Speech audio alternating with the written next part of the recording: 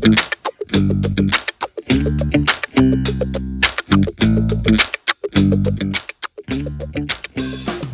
warahmatullahi wabarakatuh. Hai Sobat PU, balik lagi ke podcast kelompok 2A.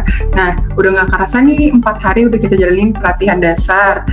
Nah, untuk itu aku penasaran gimana sih pengalaman dan hal apa aja nih yang kalian dapetin. Nah, untuk mempersingkat waktu, langsung aja ya kita dengerin teman-teman kita yang ada di sini. Mungkin bisa dimulai dari Mas Aji nih. Gimana nih Mas pengalaman 4 hari selama Tentunya sangat luar biasa ya, sangat banyak kali menambah wawasan dan mentornya itu juga sangat interaktif, jadi kita saling bisa bertukar pikiran seperti itu. Tapi dari banyaknya materi itu aku tertarik terkait materi mengenai konsensus konsensus berbangsa dan bernegara. Konsensus kebangsaan yaitu suatu kesepakatan yang mengikat seluruh rakyat Indonesia dalam rangka mewujudkan cita-cita kemerdekaan, yaitu Indonesia yang adil, makmur, dan sejahtera. Nah, konsensus ini tercermin dalam berbagai dasar negara, konstitusi, dan aturan hukum yang ada di Indonesia. Pentingnya konsensus kebangsaan itu mengingat Indonesia memiliki keragaman etnis, budaya, dan agama. Tanpa adanya kesepakatan yang mengikat, Indonesia berisiko terpecah belah, mengingat perbedaan-perbedaan tersebut dapat menimbulkan beragam konflik. Nah, melalui konsensus kebangsaan, Indonesia dapat menjaga persatuan dan kesatuan dalam bingkai Bhinneka Tunggal Ika yang berarti berbeda-beda tetapi tetap satu. Konsensus kebangsaan juga memastikan bahwa semua warga negara mendapat perlakuan yang sama di mata hukum dan pemerintahan. Nah, konsensus dasar berbangsa dan bernegara itu dibagi menjadi 4 ya, terdiri dari 4 konsensus. Yang pertama yaitu Pancasila sebagai dasar negara.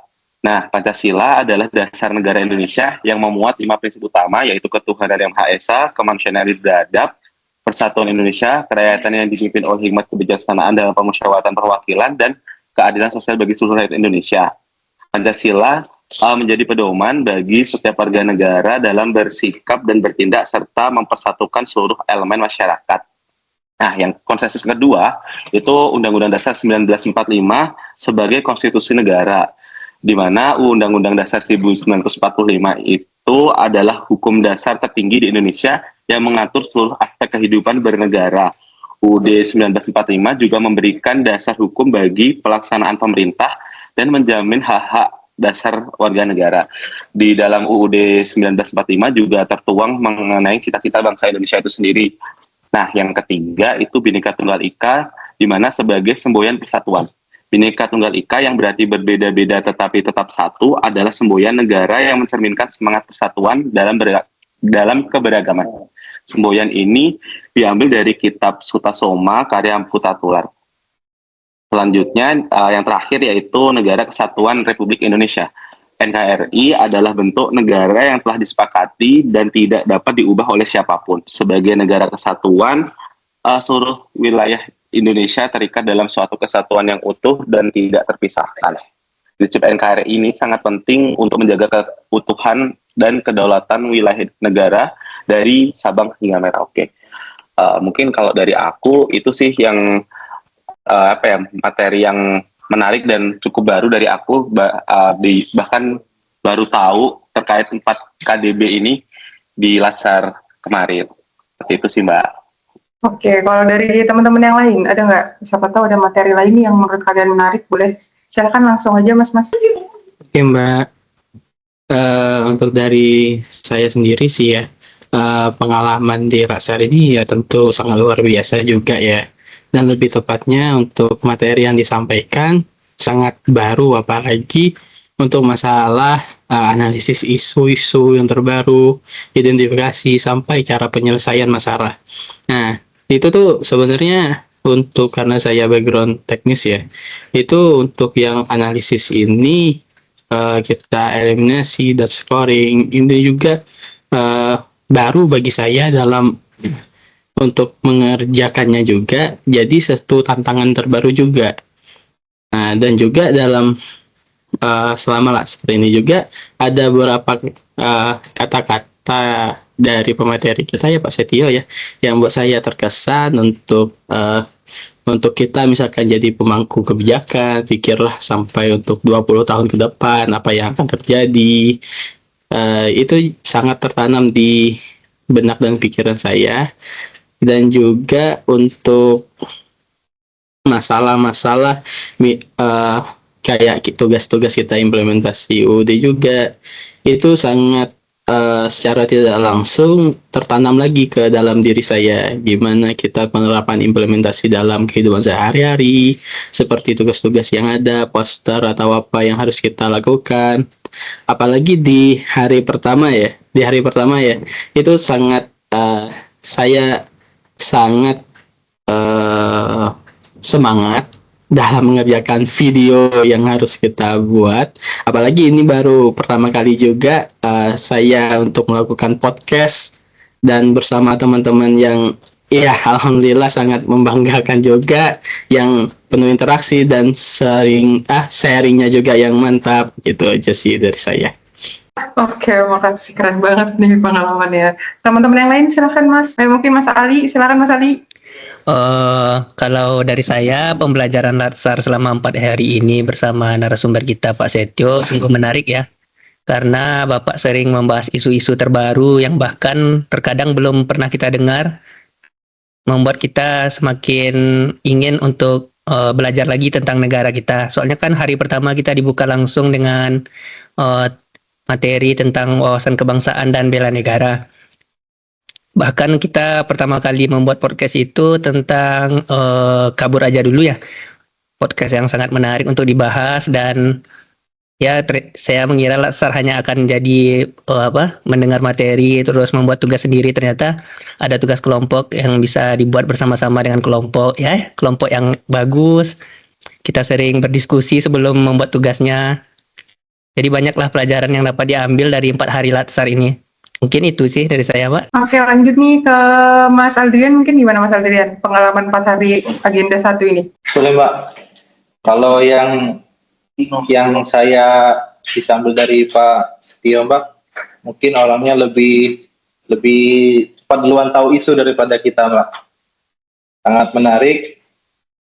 Isu-isu terkini dia juga lebih dahulu Mbak.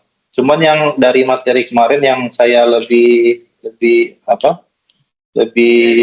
tertarik dengan ini Mbak, membuat PU lebih baik dan lebih kuat. Kalau menurut saya membuat PU lebih baik dan lebih kuat itu mungkin berasal dari dalam internal sendiri Mbak, yang dimana dengan tidak menyinggung, selalu menjaga etika, karena kemungkinan kalau orang lain bisa tahu data-data kita itu kan berasal dari dalam. Nggak mungkin tiba-tiba orang lain tahu. Kadang-kadang ya karena kita dulu mungkin pernah menyinggung atau tidak sopan, tidak menjaga etika.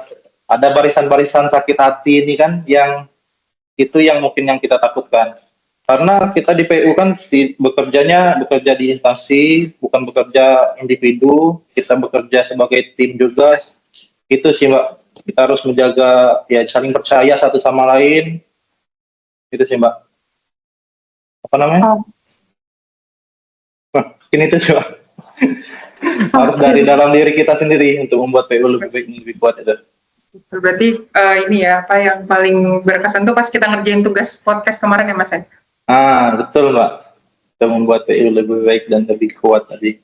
Karena berasal dari dalam itu sendiri. Oke, sisa Mas Hadid sama Mas Rizky nih, yang mana nih mau duluan? Mas Hadid sama Mas Baik, Rizky? Mbak. Saya dulu boleh, Mbak. Oke, silakan Mas. Mungkin episode ini kan kita membahas apa aja pengalaman yang sudah kita rasakan selama 4 hari latsar ini. Overall seru dan mengasihkan bersama Pak Setio. Mungkin saya tarik dari awal itu mengenai materi, kita membahas mengenai wawasan kebangsaan. Ini bagaimana cara kita untuk memahami Indonesia itu lebih jauh dan lebih dalam. Mungkin untuk contoh kecilnya seperti kita mengetahui budaya, ras, suku, agama, dan lain-lain yang ada di sekitar kita. Nah, kemudian juga kita harus mengetahui kearifan lokal dari daerah asal kita maupun di daerah penempatan kita sekarang ini. mungkin ada beberapa dari teman kita di penempatannya itu bukan di daerah asal ya. Nah, mungkin selanjutnya itu mengenai bela negara. Nah, ini kita sebagai ASN juga harus memiliki rasa cinta terhadap tanah air kita. Untuk contoh kecilnya seperti hal-hal sederhana, kita memakai batik ketika ke kantor, kemudian kita menggunakan produk dalam negeri, lalu juga kita sebagai ASN untuk taat hukum dan peraturan. Nah, selanjutnya itu mengenai peningkatan kualitas hidup kita, seperti pengembangan diri dan kompetensi kita. Lalu juga kita meningkatkan tata kelola dan integritas kita sebagai ASN. Lalu menumbuhkan rasa cinta tanah air. Lalu selanjutnya juga kita mengetahui apa saja isu-isu strategis kontemporer yang ada di sekitar kita, seperti korupsi, money laundry, narkoba, terorisme, KKN, dan lain sebagainya. Nah, hal-hal seperti ini sebaiknya kita jauhin dan jangan sampai kita terjerumus di dalam poin-poin negatif tersebut. Mungkin itu saja Mbak dari saya. Terima kasih. Sama-sama Mas. Next nih Mas Adit, gimana Mas Adit? Baik Mbak, terima kasih. Untuk saya sendiri sih, banyak sih yang dapat dari beberapa hari Lasar ini. Tapi terutama yang saya bahas sih tentang kedekatan emosional saya sama teman-teman gitu loh. Saya tuh, maaf ya kalau nggak bahas tentang materi di sini, tapi saya lebih membahas tentang ya bagaimana kita-kitanya ya. Saya lebih senang mengenal teman-teman dari beberapa wilayah ya.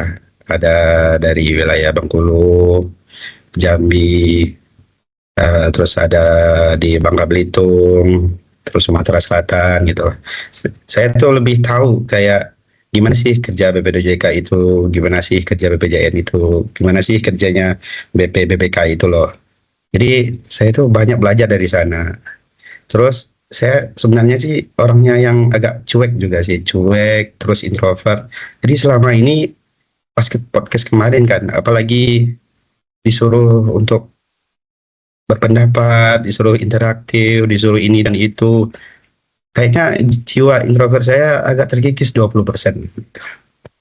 Ya, terima kasih lah untuk teman-teman yang bisa membantu saya ya. Saya bisa kayaknya lebih agak sedikit lah mencuat dalam permukaan. Satu lagi apa ya? Pas dalam pemateri Bapak pemateri kita, saya tuh sebenarnya di dalam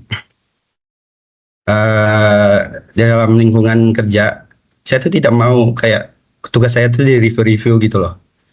Dan pas kemarin 2 kali kena review, astaga, itu malunya minta ampun loh, sampai getar-getar gitu. Ya Allah, ya Tuhan, ini bakal di komen nggak sih gitu loh. Ya itulah, itu kayaknya bagi saya itu suatu gimana ya, pencapaian lah, ibarat pencapaian. Sebelumnya saya nggak bisa edit, sekarang saya bisa edit. Sebelumnya saya nggak mau ngomong-ngomong, saya ngomong sekarang. Saya lebih ya agak sedikit lah mengobati introvert ini ya. Ya terima kasih ya teman-teman. Cuman itu yang saya dapat selama podcast sama Lasar kita beberapa hari kemarin. Dan ya terima kasih teman-teman. Oke, seru banget nih. Ini mungkin lebih ke pengalaman pribadi Mas Adit sendiri nih ya. Tapi pasti di luar itu sih, aku percaya, aku percaya sih kalau misalnya materinya juga bermanfaat kan, pasti ya enggak? Iya benar sih Mbak. Ya kan? Iya, Benar. apalagi kita kan harus peduli sama lingkungan sih semenjak sama Pak Setio ya. Mbak ya, Betul. ya kayak isu-isu yang baru yang muncul. Nah, kami semua kan udah nih Mbak. Nah, dari Mbak Aimi sendiri nih gimana nih kesan-kesannya? Pengalamannya juga. Oke, makasih banyak Mas Alam pertanyaannya. Pertanyaan tiba-tiba. Jujur sih untuk aku sendiri 4 hari ini benar-benar kerasa singkat lah ya kalau mau dihitung jari 4 hari. Tapi materi yang didapat itu banyak banget kan. Maksudnya dalam 4 hari ini tuh kita bisa tahu tentang wawasan kebangsaan, bela negara, terus ya segala macam lah semuanya kan. Terus habis itu kayak ternyata jadi pegawai negeri sipil tuh nggak sesederhana itu ya. Ternyata tugas kita tuh sebenarnya banyak banget, apalagi buat negara gitu. Terus mungkin yang jadi pengalaman baru juga, ya inilah kenal-kenal sama teman-teman yang lain. Jujur mungkin bakal lebih seru kali ya kalau misalnya kita latsarnya offline gitu kan, bisa ketemu langsung, bercengkrama langsung, bisa saling kenal segala macam. Nah, tapi ya dengan segala keterbatasan, jujur ini latsar yang berkesan sih menurut aku. Untuk dari pematerinya, dari fasilitator, dari teman-teman. Jadi ya semoga untuk beberapa hari ke depan, bukan hari lagi ya, beberapa minggu, bulan ke depan, kita masih bisa kerja sama terus materi-materi yang didapetin bukan cuma sekedar materi, tapi bisa didalemin juga sama diri kita masing-masing. Paling aku itu sih ya, Mas. Oke, dapat pertanyaan tembak-tembaknya cukup kaget, tapi nggak apa-apa ya. Sekalian mungkin aku izin langsung nutup podcast aja kali ya, Mas-mas kalian. Balik lagi 4 hari itu mungkin terdengar terasa singkat ya, tapi dari 4 hari itu kita banyak banget dapat pengetahuan baru, dapat teman baru, dapat pengalaman baru, dan ini mungkin jadi titik awal kita gimana cara pandang kita berubah untuk pengabdian kita kepada negeri, dari materi hingga diskusi, dari semangat teman-teman, terus sampai nilai-nilai yang berusaha ditanamkan sama fasilitator. Kita belajar bahwa menjadi ASN itu bukan cuma soal bekerja, tapi soal menjaga harapan bangsa. Di kesempatan ini, saya mewakili teman-teman semua juga mau ngucapin terima kasih kepada pendengar yang telah meluangkan waktu untuk menyimak perjalanan ini. Terus terima kasih juga kepada mentor dan fasilitator yang udah bimbing kita dengan sabar, membuka wawasan dan menanamkan nilai-nilai luhur yang akan terus kita bawa dalam pengabdian. Dan tentu saja terima kasih yang tulus buat teman-teman rekan-rekan Latsar yang lain, karena bersama kita belajar, terus kita juga jadi semangat bareng-bareng dan harapan baru buat negeri ini. Semoga cerita ini bisa menjadi pengingat bahwa setiap langkah kita ini, sekecil apapun, punya arti besar untuk Indonesia. Mungkin itu aja penutup dari saya. Sampai jumpa di episode berikutnya, di agenda berikutnya. Tetap semangat, tetap berintegritas, dan mari terus belajar menjadi abdi negara yang membanggakan. Terima kasih teman-teman yang udah ngedengerin. Dadah, sampai jumpa lagi. Wah, udah. Terima kasih, Mbak.